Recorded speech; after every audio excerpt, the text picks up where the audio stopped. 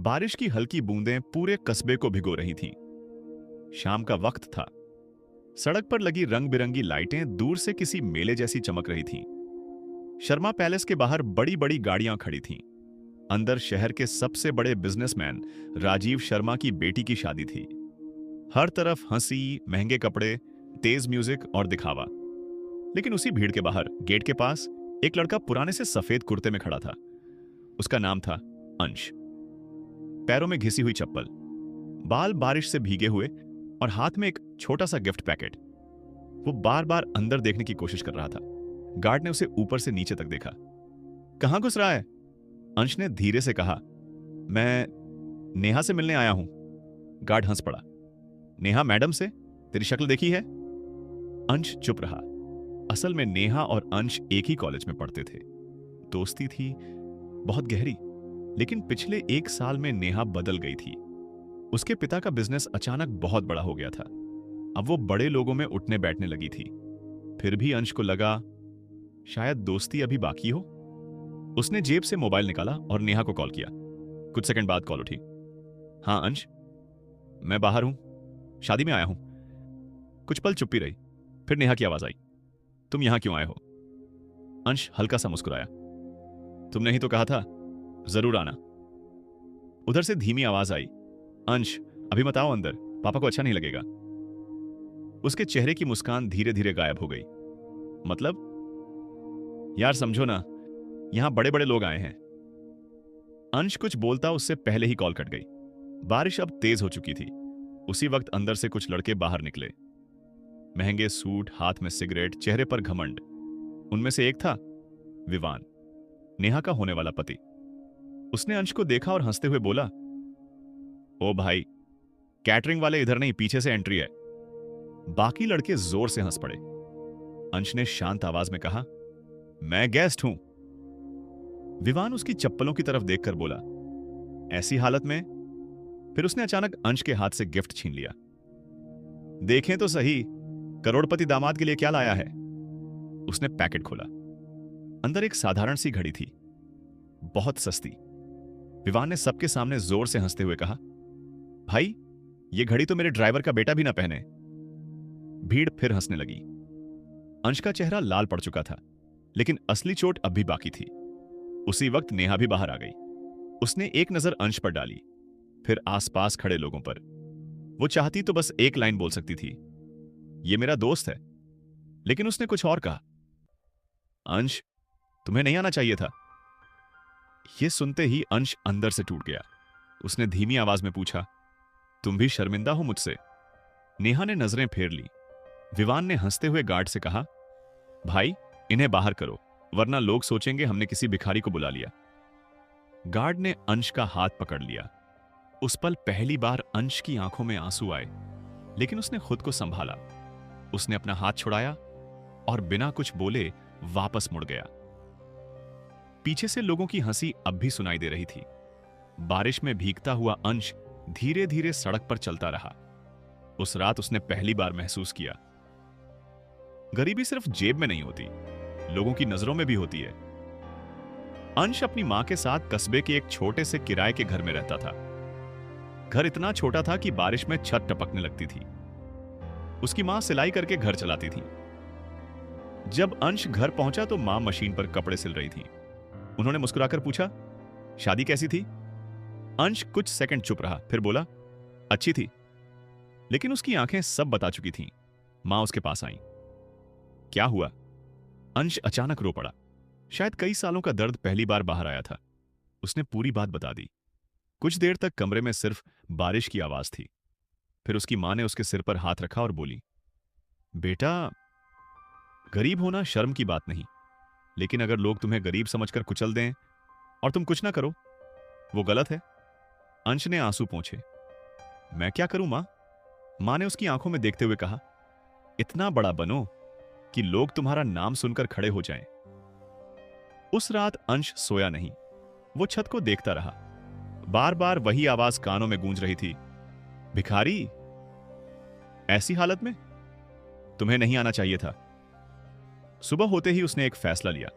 वो इस शहर को छोड़ देगा, बिना किसी को बताए, बिना किसी वादे के। सिर्फ एक सपना लेकर। अगली सुबह बस स्टैंड पर उसकी मां खड़ी थी।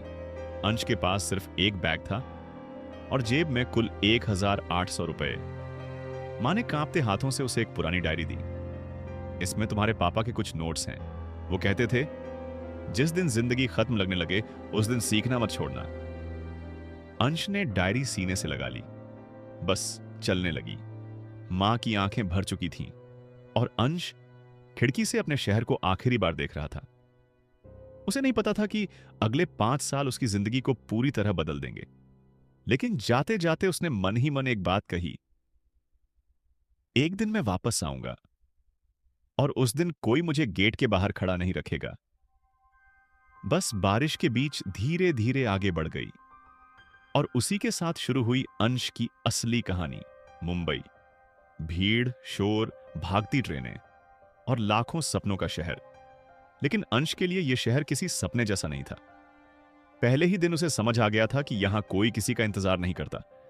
बस स्टैंड से उतरते वक्त उसकी जेब में सिर्फ 1,400 रुपए बचे थे। कोई जान पहचान नहीं, रहने की जगह नहीं।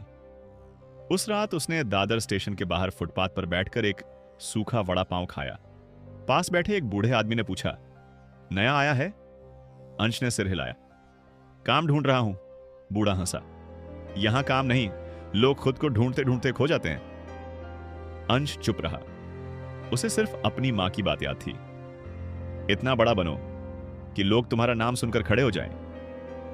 अगले कई दिन बेहद मुश्किल थे। कहीं नौकरी नहीं मिल रही थी, कभी होटल में पूछता, कभी दुकान में।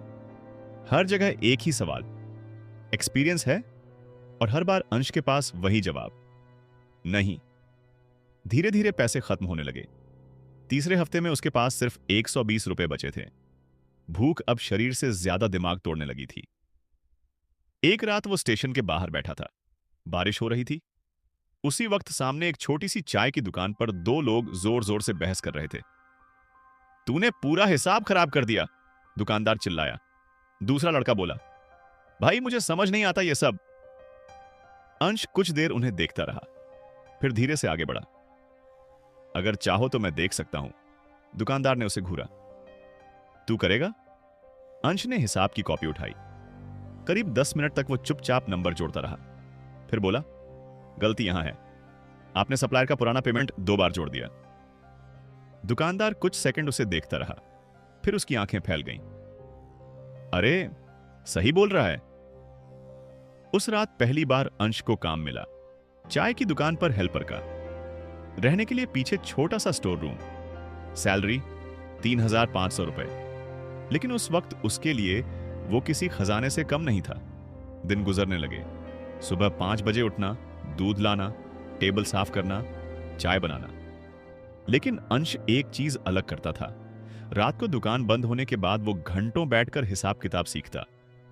उसके पास वही पुरानी डायरी थी जो मां ने दी थी। उस डायरी में उसके पिता के बिजनेस नोट्स थे। छोटे छोटे सिद्धांत। लोग प्रोडक्ट नहीं, भरोसा खरीदते हैं। गरीब आदमी सस्ता नहीं चाहता, इज्जत चाहता है। जिसे लोग छोटा समझते हैं, वही सबसे बड़ा बाजार होता है। अंश हर लाइन को बार बार पढ़ता। धीरे धीरे उसे समझ आने लगा कि उसके पिता सिर्फ एक साधारण दुकानदार नहीं थे, वो बहुत समझदार इंसान थे। करीब 6 महीने बाद दुकान के मालिक रमेश काका ने एक दिन उससे पूछा, तू पढ़ा लिखा लगता है, यहां चाय बेचकर क्या करेगा? अंश ने हल्की मुस्कान दी, अभी सीख रहा हूं। क्या? अंश ने सड़क पर भागती भीड़ की तरफ देखा, लोगों को। रमेश काका पहली बार उसकी बात सुनकर चुप हो गए। उसी दौरान एक बड़ा हादसा हुआ। एक रात दुकान पर कुछ लड़के आए, शराब के नशे में। उन्होंने बिना पैसे दिए जाने की कोशिश की। रमेश काका ने रोका तो उनमें से एक ने उन्हें धक्का दे दिया। काका नीचे गिर पड़े। अंश का खून खौल गया। वो आगे बढ़ा। बात से करो, लड़का हंसा, वरना। अंश ने उसका हाथ पकड़ लिया। अगले ही पल वहां मारपीट शुरू हो गई। आखिरकार वो लड़के भाग गए, लेकिन अंश के चेहरे पर चोट लग चुकी थी। रमेश काका ने कांपती आवाज में कहा, पागल है क्या? 4 लोग थे वो। अंश ने पहली बार गुस्से में कहा, गरीब हैं, इसका मतलब यह नहीं कि कोई भी कुचल देगा। उस रात रमेश काका उसे लंबे समय तक देखते रहे। जैसे वो पहली बार अंश को समझ रहे हों। कुछ महीनों बाद रमेश काका बीमार पड़ गए। दुकान संभालने वाला कोई नहीं था। अंश ने पूरा काम अपने हाथ में ले लिया, लेकिन उसने सिर्फ दुकान नहीं संभाली, उसे बदलना शुरू कर दिया। उसने ऑनलाइन डिलीवरी शुरू करवाई, कॉलेज के छात्रों के लिए सस्ता कॉम्बो बनाया, सुबह ऑफिस वालों के लिए 5 मिनट ब्रेकफास्ट शुरू किया। धीरे धीरे दुकान की कमाई 3 गुना हो गई। रमेश काका हैरान थे। एक दिन उन्होंने पूछा, यह सब सीखा कहां? अंश कुछ सेकंड चुप रहा, फिर बोला, बेइज्जती बहुत बड़ी टीचर होती है, लेकिन जिंदगी अभी आसान नहीं हुई थी। एक रात अंश को अपनी मां का फोन आया। उनकी आवाज कमजोर थी। बेटा, सब ठीक है ना? अंश तुरंत समझ गया, वो कुछ छुपा रही हैं। बहुत पूछने पर पता चला कि उन्हें कई दिनों से तेज बुखार है, लेकिन उन्होंने डॉक्टर नहीं दिखाया क्योंकि पैसे नहीं थे। अंश के हाथ कांप गए। उसने उसी रात अपने सारे पैसे भेज दिए, लेकिन खुद के पास सिर्फ 300 रुपए बचे।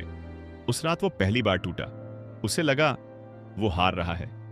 5 साल क्या, 5 महीने भी नहीं हुए और जिंदगी ने उसे घुटनों पर ला दिया। वो देर रात समुद्र किनारे बैठा था। लहरें लगातार किनारे से टकरा रही थीं। तभी उसके पास एक आदमी आकर बैठा, करीब 50 साल की उम्र, सूट बूट में, चेहरे पर सादगी। उन्होंने पूछा, इतनी रात में अकेले क्यों बैठे हो? अंश हंसा, सोच रहा हूं, मेहनत सच में जिंदगी बदलती है या नहीं। आदमी ने उसकी तरफ देखा। तुम्हें क्या लगता है? अंश ने बिना उनकी तरफ देखे कहा, कुछ लोगों के लिए बदलती होगी, सबके लिए नहीं। आदमी कुछ सेकंड चुप रहे, फिर बोले, अगर तुम्हें मौका मिले अपना बिजनेस शुरू करने का, करोगे? अंश ने पहली बार उनकी तरफ देखा। मजाक कर रहे हैं? नहीं, आप मुझे जानते भी नहीं। आदमी हल्का मुस्कुराए, लेकिन मैं पिछले आधे घंटे से तुम्हारी बातें सुन रहा हूं, और जिन लोगों की आंखों में भूख होती है ना, उन्हें पहचानने में मुझे गलती नहीं होती। अंश हैरान था। आप हैं कौन? आदमी ने जेब से कार्ड निकाला। कार्ड पर लिखा था, अरविंद मेहरा, मेहरा रिटेल ग्रुप। अंश की सांस अटक गई। यह वही कंपनी थी जो पूरे महाराष्ट्र में सुपरमार्केट चेन चलाती थी। अरविंद मेहरा उठे और जाते जाते बोले, कल सुबह 10 बजे ऑफिस आ जाना, अगर हिम्मत है तो जिंदगी बदल सकती है। अंश कार्ड को घूरता रह गया।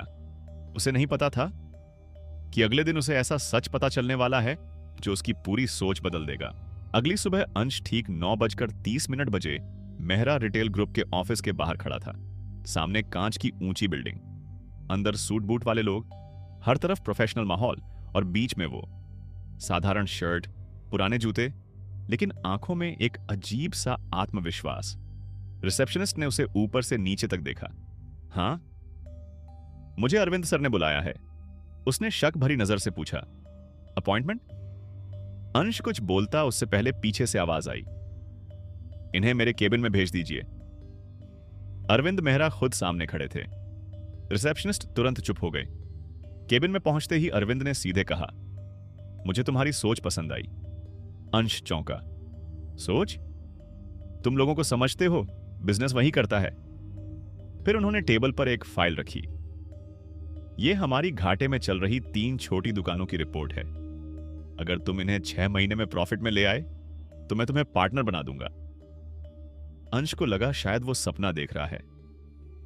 लेकिन मैं? अरविंद मुस्कुराए, डिग्री वाले बहुत देखे हैं, मुझे भूख वाला इंसान चाहिए। अगले कुछ महीने अंश की जिंदगी के सबसे कठिन महीने थे। वो सुबह से रात तक काम करता, हर दुकान पर खुद बैठता, ग्राहकों से बात करता। लोग क्या खरीदते हैं, क्यों खरीदते हैं, सब समझने लगा। एक दुकान झुग्गी इलाके में थी, वहां लोग महंगे पैकेट नहीं खरीदते थे। अंश ने छोटे छोटे राशन पैक शुरू कर दिए। 10 रुपए का तेल, 5 रुपए का मसाला, 20 रुपए का मिनी राशन किट। लोगों की लाइन लगने लगी। दूसरी दुकान ऑफिस एरिया में थी, वहां उसने क्विक लंच काउंटर शुरू किया। तीसरी दुकान में रात की बिक्री नहीं होती थी। अंश ने वहां 24 घंटे चाय और स्नैक्स शुरू कर दिए। 6 महीने बाद तीनों दुकानें प्रॉफिट में थीं। अरविंद मेहरा पहली बार सच में प्रभावित हुए।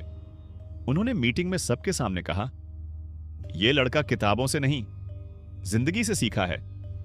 तालियां बजने लगीं। लेकिन उसी मीटिंग में एक आदमी चुप बैठा था। उसका नाम था करण मेहरा, अरविंद का बेटा। उसकी आंखों में साफ जलन थी। उस रात करण अपने पिता पर भड़क गया। एक सड़क से उठाए लड़के को कंपनी में पार्टनर बना रहे हैं आप? अरविंद शांत थे। उस लड़के में काबिलियत है, करण हंसा। या फिर आपको उसमें अपना दूसरा बेटा दिखने लगा है? कमरे में अचानक सन्नाटा छा गया। अरविंद की आंखें बदल गईं। हद में रहो करण। लेकिन करण रुकने वाला नहीं था। आपने हमेशा बाहर वालों को ज्यादा महत्व दिया है। अरविंद गुस्से में उठे और चले गए, लेकिन दरवाजे के बाहर खड़ा अंश सब सुन चुका था।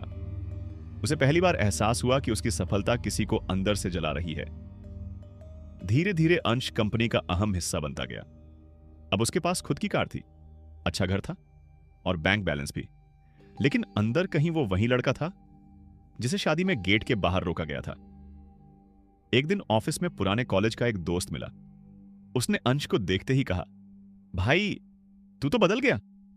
अंश हल्का मुस्कुराया, जिंदगी बदल गई। दोस्त ने हिचकिचाते हुए पूछा, नेहा के बारे में पता है? अंश का चेहरा हल्का सा सख्त हो गया। क्या? उसकी शादी ज्यादा चली नहीं, विवान ने उसे धोखा दिया, बिजनेस में नुकसान हुआ, फिर दोनों अलग हो गए। अंश कुछ सेकंड चुप रहा। दिल में अजीब सा एहसास हुआ, न खुशी न दुख, बस एक खालीपन। उसी रात अंश अपनी बालकनी में बैठा था, तभी फोन बजा। अनजान नंबर। उसने कॉल उठाई। हेलो। कुछ सेकंड चुप्पी रही, फिर धीमी आवाज आई, अंश। वो आवाज सुनते ही उसका दिल रुक सा गया। नेहा, 5 साल बाद। अंश की आवाज ठंडी हो गई। क्यों फोन किया? उधर से टूटती हुई आवाज आई, मुझे तुमसे मिलना है। क्यों? बस एक बार। अंश चुप रहा, फिर बोला, कल शाम जुहू बीच। और कॉल कट गई। अगले दिन शाम को समुद्र किनारे हल्की हवा चल रही थी। अंश दूर खड़ा लहरों को देख रहा था। तभी पीछे से आवाज आई, तुम सच में बदल गए? अंश पलटा। नेहा सामने थी। चेहरा पहले जैसा खूबसूरत था, लेकिन आंखों की चमक गायब थी। कुछ सेकंड दोनों सिर्फ एक दूसरे को देखते रहे। फिर नेहा ने धीरे से कहा, उस रात जो हुआ उसके लिए सॉरी। अंश हंसा, लेकिन उस हंसी में दर्द था। सिर्फ उस रात? नेहा की आंखें झुक गईं। मैं डर गई थी। किससे? कि लोग क्या सोचेंगे? नेहा चुप रही। अंश की आवाज भारी हो गई। तुम जानती हो उस रात क्या टूटा था? मेरा दिल नहीं, लोगों पर भरोसा। नेहा की आंखों में आंसू आ गए। मैंने बहुत बड़ी गलती की। अंश कुछ बोलने ही वाला था कि तभी पीछे से एक काली एसयूवी आकर रुकी। उसमें से करण उतरा। उसकी नजरें गुस्से से भरी थीं। तो ये चल रहा है? अंश चौंका। तुम यहां? करण ने नेहा को घूरा। तुम इसी लड़के के लिए वापस आई हो? नेहा घबरा गई। करण प्लीज। लेकिन करण ने अंश का कॉलर पकड़ लिया। तुझे लगता है तू बहुत बड़ा आदमी बन गया? अंश ने उसका हाथ हटाया। हाथ नीचे। करण पागलों की तरह हंसने लगा। तुझे सच पता भी है? अंश ने भौहें सिकोड़ ली। क्या सच? करण उसकी आंखों में देखते हुए बोला, जिस आदमी को तू भगवान मानता है ना, अरविंद मेहरा, वही तेरे बाप की बर्बादी की वजह था। अंश के पैरों तले जमीन खिसक गई। क्या बकवास कर रहे हो? करण ने जेब से एक पुरानी फाइल निकाली और उसके सामने फेंक दी। पढ़ ले। अंश कांपते हाथों से फाइल खोलने लगा। पहले पेज पर उसके पिता की पुरानी दुकान की तस्वीर थी और नीचे लिखा था, acquisition agreement, Mehra retail group. अंश की सांसें तेज हो गईं। करण धीमी आवाज में बोला, तेरे बाप ने आत्महत्या क्यों की थी? कभी पता किया? अंश की आंखें फैल गईं। क्या? करण उसके करीब आया। क्योंकि मेरे बाप ने उनका बिजनेस छीन लिया था। समुद्र की लहरें लगातार किनारे से टकरा रही थीं, लेकिन उस पल अंश के अंदर कुछ और टूट चुका था। उसे पहली बार महसूस हुआ जिस इंसान को वो अपनी जिंदगी बदलने वाला फरिश्ता समझता था, शायद वही उसके परिवार की बर्बादी का असली कारण था।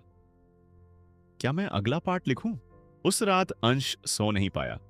उसके सामने बार बार वही फाइल घूम रही थी। Acquisition agreement. तेरे बाप ने आत्महत्या क्यों की थी? उसका पूरा शरीर गुस्से से कांप रहा था। 5 साल पहले शादी में मिली बेइज्जती ने उसे तोड़ा था, लेकिन आज जो सच सामने आया था उसने उसकी आत्मा हिला दी थी। सुबह होते ही वो सीधे अपने पुराने घर पहुंचा। छोटा सा वही किराए का मकान, दीवारों पर नमी। छत अब भी टपकती थी। उसकी मां दरवाजा खोलते ही खुश हो गई। अंश, अचानक? लेकिन अंश की आंखों में अजीब बेचैनी थी। वो सीधे अंदर गया और पुरानी अलमारी खोलने लगा। मां घबरा गई। क्या हुआ बेटा? अंश ने बिना उनकी तरफ देखे पूछा। पापा ने आत्महत्या क्यों की थी? कमरे में अचानक सन्नाटा छा गया। मां के हाथ कांपने लगे। किसने कहा तुमसे यह सब? अंश उनकी तरफ पलटा। सच क्या है? मां की आंखें भर आईं। वो धीरे से चारपाई पर बैठ गईं। काफी देर बाद उन्होंने भारी आवाज में कहा, तुम्हारे पापा कमजोर इंसान नहीं थे, लेकिन उस वक्त वो अकेले पड़ गए थे। अंश चुपचाप सुनता रहा। तुम्हारे पापा की छोटी किराना दुकान थी, लेकिन उनका सपना बड़ा था। उन्होंने आसपास के गरीब इलाकों में सस्ता राशन पहुंचाना शुरू किया। फिर बड़े बड़े लोग डरने लगे, क्योंकि लोग उनकी दुकान पर भरोसा करने लगे थे। अंश की सांसें तेज हो रही थीं। मां ने आगे कहा, उसी दौरान मेहरा ग्रुप ने पूरे इलाके की छोटी दुकानों को खरीदना शुरू किया। सबने अपनी दुकान बेच दी, लेकिन तुम्हारे पापा नहीं माने। फिर क्या हुआ? मां की आवाज टूट गई। उन पर नकली कर्ज का केस डाल दिया गया। सप्लायर्स हट गए। बैंक ने नोटिस भेज दिया। अंश की मुट्ठियां भींच गईं। और अरविंद मेहरा? मां ने आंसू पोंछे। उन्होंने मदद की कोशिश की थी? अंश चौंका। क्या? तुम्हारे पापा को पार्टनरशिप ऑफर की थी, लेकिन तुम्हारे पापा ने मना कर दिया। क्यों? क्योंकि उन्हें लगा वो हार मान लेंगे। कमरे में कुछ पल चुप्पी रही। फिर मां ने धीमी आवाज में कहा, लेकिन असली खेल अरविंद मेहरा नहीं, कोई और खेल रहा था। अंश ने तुरंत पूछा, कौन? मां ने सिर झुका लिया। मुझे पूरा सच कभी पता नहीं चला। उस दिन पहली बार अंश के मन में शक पैदा हुआ। अगर अरविंद सच में दोषी होते तो उन्होंने उसे मौका क्यों दिया? क्यों उसे आगे बढ़ाया? कुछ तो छुपा था, और अब वो सच जानना चाहता था। मुंबई लौटते ही अंश सीधे कंपनी के पुराने रिकॉर्ड रूम में गया। रात के 11 बज रहे थे।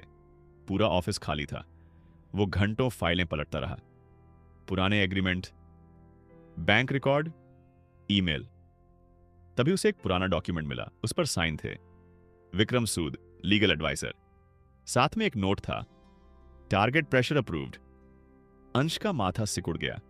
उसने तुरंत इंटरनेट पर नाम सर्च किया, और अगले ही पल उसकी आंखें फैल गईं। विक्रम सूद आज करण मेहरा की नई कंपनी का सीईओ था। अंश के दिमाग में सब जोड़ने लगा। तभी पीछे से आवाज आई, मैं जानता था एक दिन तुम यहां तक पहुंच जाओगे। अंश पलटा। अरविंद मेहरा सामने खड़े थे, थके हुए, आंखों में भारीपन। अंश गुस्से में उनके पास गया। सच क्या है? अरविंद कुछ सेकंड चुप रहे, फिर बोले, तुम्हारे पिता ईमानदार आदमी थे, और यही उनकी सबसे बड़ी कमजोरी थी। अंश की आवाज ऊंची हो गई। सीधे जवाब दीजिए। अरविंद ने गहरी सांस ली। तुम्हारे पिता की दुकान खत्म करने का प्लान मैंने नहीं बनाया था। वो कर्ण की मां के भाई विक्रम सूद का आइडिया था। अंश स्तब्ध रह गया। क्या? विक्रम कंपनी को तेजी से बड़ा करना चाहता था। उसे छोटे दुकानदार बोझ लगते थे। अरविंद की आवाज भारी हो गई। जब तक मुझे सच पता चला, बहुत देर हो चुकी थी। अंश की आंखों में गुस्सा और दर्द दोनों थे। तो आपने रोका क्यों नहीं? अरविंद ने पहली बार नजरें झुका ली। क्योंकि उस वक्त मैं भी बिजनेस बचाने में लगा था, और मेरी चुप्पी तुम्हारे पिता की मौत बन गई। कमरे में सन्नाटा फैल गया। अंश कुछ बोल नहीं पा रहा था। उसके अंदर नफरत और सहानुभूति दोनों टकरा रहे थे। फिर उसने धीरे से पूछा, तो आपने मुझे कंपनी में क्यों लाया? अरविंद की आंखें भर आईं। क्योंकि जब मैंने तुम्हें पहली बार देखा, मुझे तुम्हारे पिता याद आ गए। अंश की सांस अटक गई। तुम्हारी वही जिद, वही आग। कुछ पल दोनों चुप रहे। फिर अरविंद ने टेबल पर एक फाइल रखी। ये सबूत हैं, विक्रम और करण दोनों कंपनी के पैसे बाहर भेज रहे हैं। अगर ये बाहर आया, सब खत्म हो जाएगा। अंश ने फाइल खोली। करोड़ों के फ्रॉड के डॉक्यूमेंट, फर्जी कंपनियां, ब्लैक मनी, सब कुछ। अंश ने सिर उठाया। आप पुलिस के पास क्यों नहीं गए? अरविंद कड़वी हंसी हंसे। क्योंकि करण मेरा बेटा है। अगले ही दिन कंपनी की बड़ी मीटिंग रखी गई। सभी डायरेक्टर्स मौजूद थे। करण पूरे आत्मविश्वास में अंदर आया, लेकिन उसने देखा अंश पहले से वहां बैठा था और उसके सामने प्रोजेक्टर ऑन था। करण की आंखें सिकुड़ गईं। यह क्या हो रहा है? अंश धीरे से खड़ा हुआ। सच। उसने स्क्रीन पर डॉक्यूमेंट दिखाने शुरू किए। फर्जी ट्रांजैक्शन, ब्लैक अकाउंट्स, विक्रम सूद के ईमेल। पूरा बोर्ड हैरान था। करण चिल्लाया, यह झूठ है। अंश उसकी आंखों में देखते हुए बोला, जैसे 5 साल पहले तुमने मेरे पिता के साथ किया था। करण का चेहरा उतर गया। विक्रम उठकर बाहर जाने लगा। तभी सिक्योरिटी अंदर आ गई। कमरे में अफरा तफरी मच गई। तभी करण गुस्से में अंश के पास आया। तूने मेरी जिंदगी बर्बाद कर दी। अंश शांत था। नहीं, तुमने खुद की। करण पागलों की तरह चिल्लाया, तुझे लगता है लोग तेरा सम्मान करेंगे? तेरी औकात हमेशा वही रहेगी। अंश ने बीच में ही रोक दिया। औकात पैसे से नहीं, इंसानियत से बनती है।